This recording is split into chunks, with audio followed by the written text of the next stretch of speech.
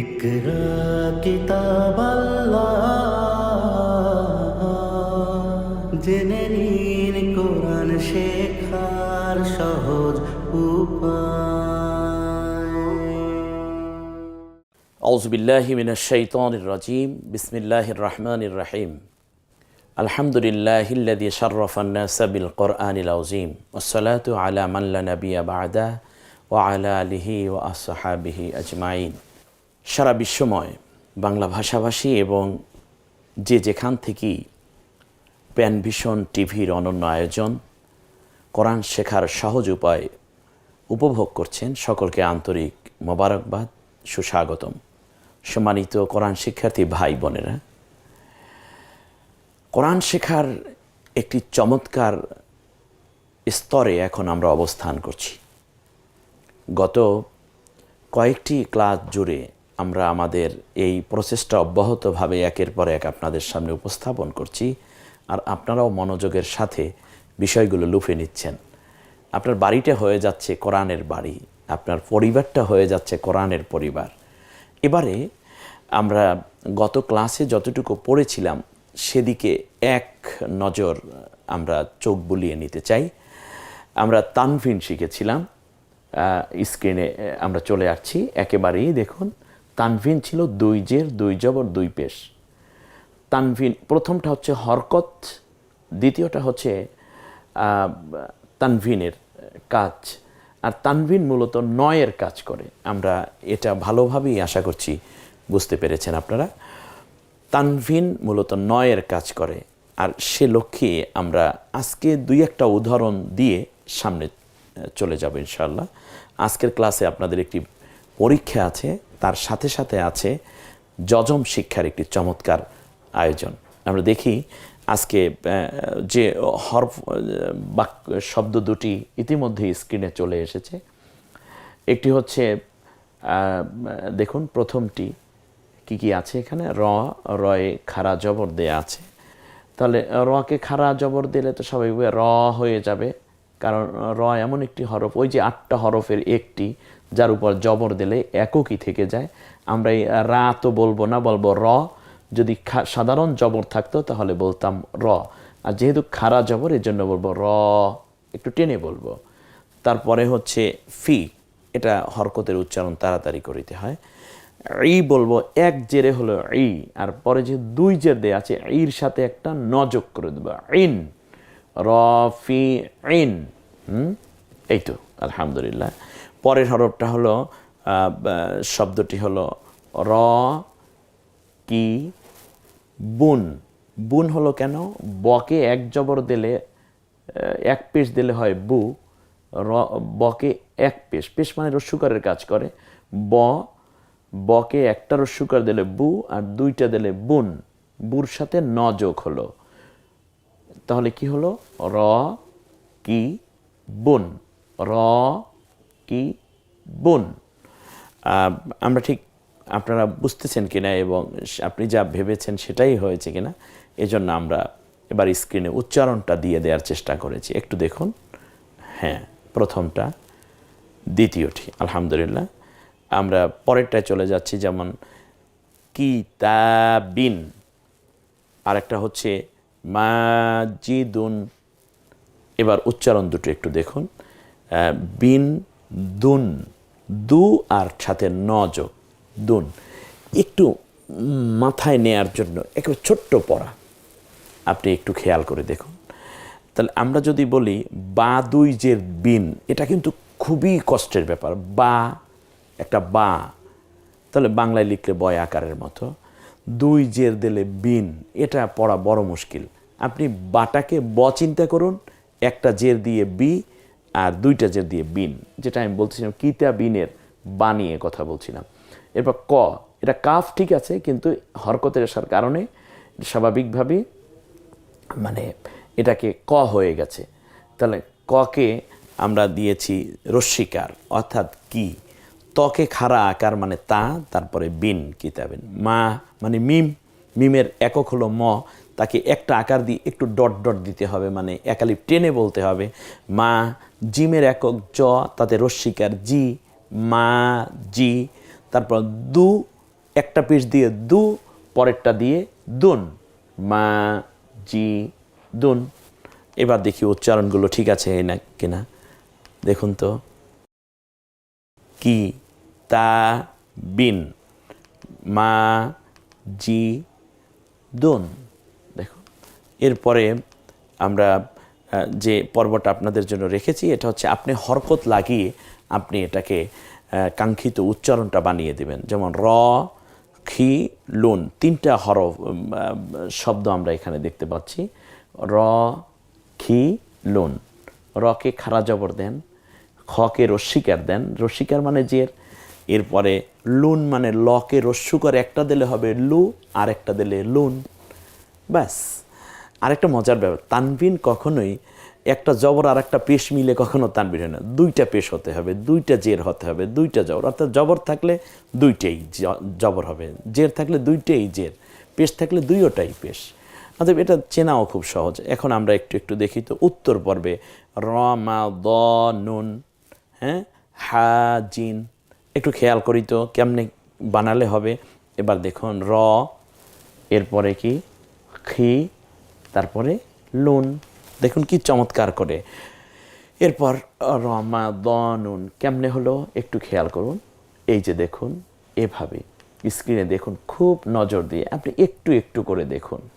ইচ্ছে করলে আপনি স্লো মোশন করে আরও ইজিলি আপনিও আপনার মতো করে বানিয়ে নিতে পারবেন। এরপর দেখুন হা জিন, চমৎকার। ব্যাস। এরপরে আমরা আরও কিছু শব্দ দেখছি। বাশিরুন, বা শি রুন, তিনটা শব্দ এখানে চলে এসেছে।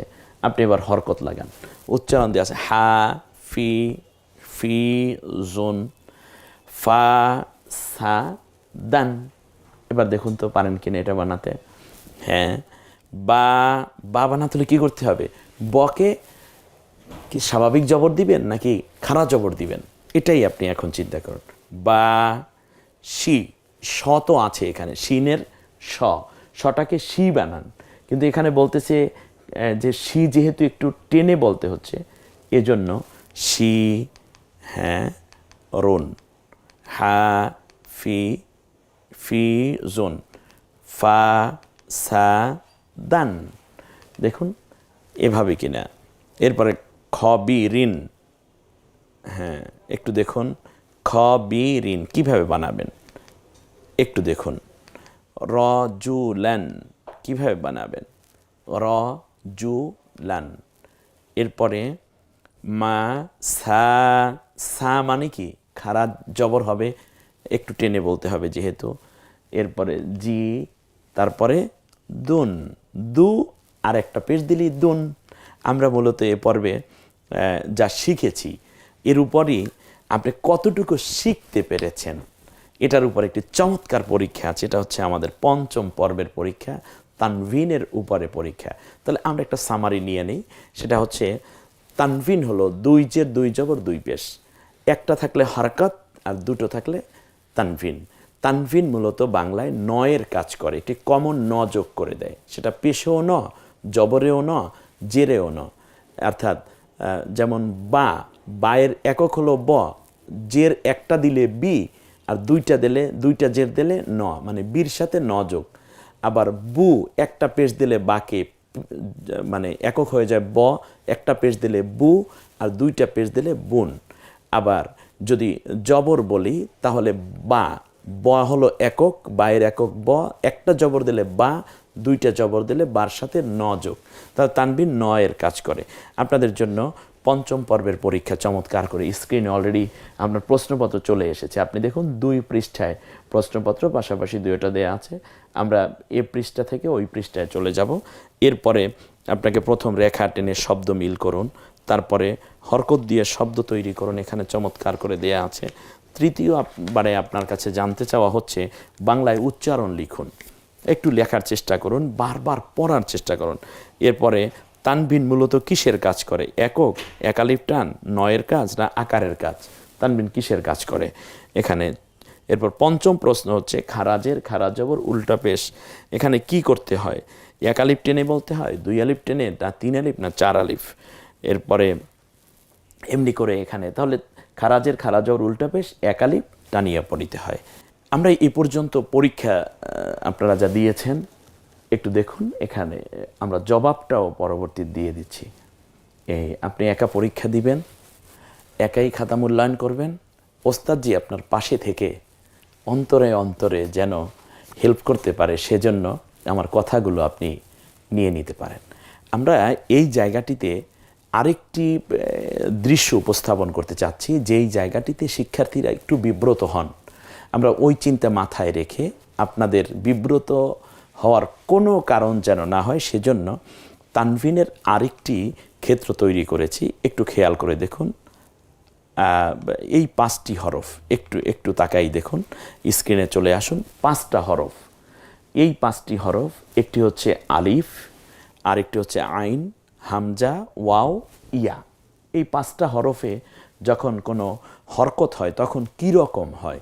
যেমন আলিফের উপর জবর দিলে আ, আইনের উপর জবর দিলে আ, এরপরে হামজার উপর জবর দিলে আ, ওয়ার উপর জবর দিলে ওয়াই থেকে যায়, আর ইয়ার উপর জবর দিলে ইয়াই থেকে যায়। এই পড়াগুলো একটু পড়ে নিতে হবে, একটু দয়া করে একটু বারবার পড়েন। আলিফের উপর জবর দিলে আ, আ, আ, ওয়া, ইয়া, ইয়ার উপর জবর দিলে ইয়াই উচ্চারিত হয়ে যায়।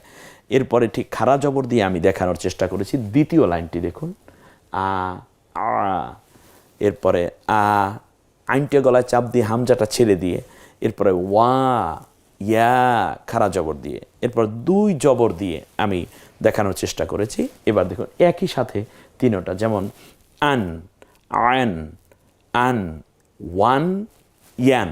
এটা কেন? তার কারণ হচ্ছে অন্যান্য হরফের ক্ষেত্রে এরকম হয় না, যেমন ইয়ের উপর জবর দিলে ইয়েই থেকে যায়, অথচ বার উপর জবর দিলে ব, তারপর উপর আকার হয়। এত মানে গভীরে না গিয়ে আপনি শুধু এই শব্দগুলো একটু কয়েকবার উচ্চারণ করে যান, তাহলেই যথেষ্ট হবে। উ, আলিফের উপর পেশ দিলে উ, আইনের উপর পেশ দিলে উ, হামজার উপর পেশ দিলে উ, ওয়ার উপর পেশ দিলে উ, এরপরে ইয়ার উপর পেশ দিলে ইউ, ইউ, ইয়া পেশ ইউ। ঠিক ওটা কি আবার যদি উল্টা পেশে নিয়ে আসি, উ, উ, উ, যে উ, এরপরে ওয়ার উপর পেশ দিলে উ, ইয়ার উপর পেশ দিয়ে ইউ, এরপরে তানভিন দিলে কি হবে, মানে 2 পেশ দিলে কি হবে, আলিফের উপর 2 পেশ উন, উন, আইনের উপর পেশ দিলে উন, তারপরে হামজার উপর 2 পেশ দিলে উন, হ্যাঁ, এরপরে ওয়ার উপর 2 পেশ দিলে উন, ইয়ার উপর 2 পেশ দিলে ইউন। খুব কালারফুল করে বাচ্চাদেরকে দেখানো হয়েছে। এরপরে ই, ই, ই, উই, ই, অর্থাৎ আলিফের নিচে জের দিলে ই, আইনের নিচে জের দিলে ই, তারপরে হামজার নিচে জের দিলে ই, ওয়ান নিচে জের দিলে উই, এরপরে ইয়ার নিচে জের দিলে ই, ইয়াজের ই। এভাবে আমরা বলতে পারি।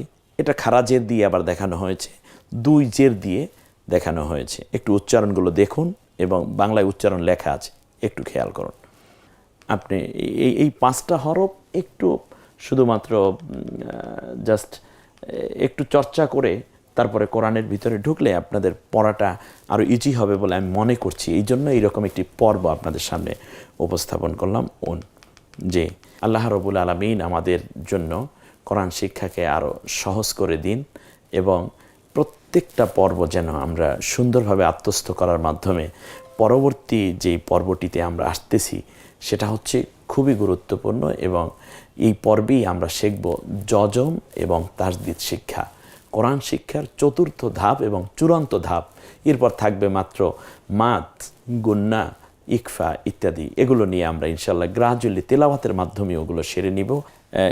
এই যে ধারাবাহিকভাবে যে পর্বগুলো করে আসছি, প্রত্যেকটা পর্বে আপনি আন্তরিকতার সাথে সম্পৃক্ত থাকুন এবং দেখতে থাকুন। আর প্যানভিশনের এই পর্দায় আমরা 27তম পর্বে উপস্থাপন করব ইনশাআল্লাহ যজম এবং তাসদিদের পরিচয়। যেই জায়গাটিতে আমার অভিজ্ঞতা হচ্ছে 95% কোরআন শিক্ষার্থী ঝরে পড়ে, আর আমরা সকলের জন্যই এই কোরআন শিক্ষার সহজীকরণ পদ্ধতি নিয়ে 2টো হাত বাড়িয়ে আল্লাহ তাআলার কাছে দোয়া করছি, আল্লাহ যেন সকলকে আমাদেরকে ধরে রাখার তৌফিক দান করেন।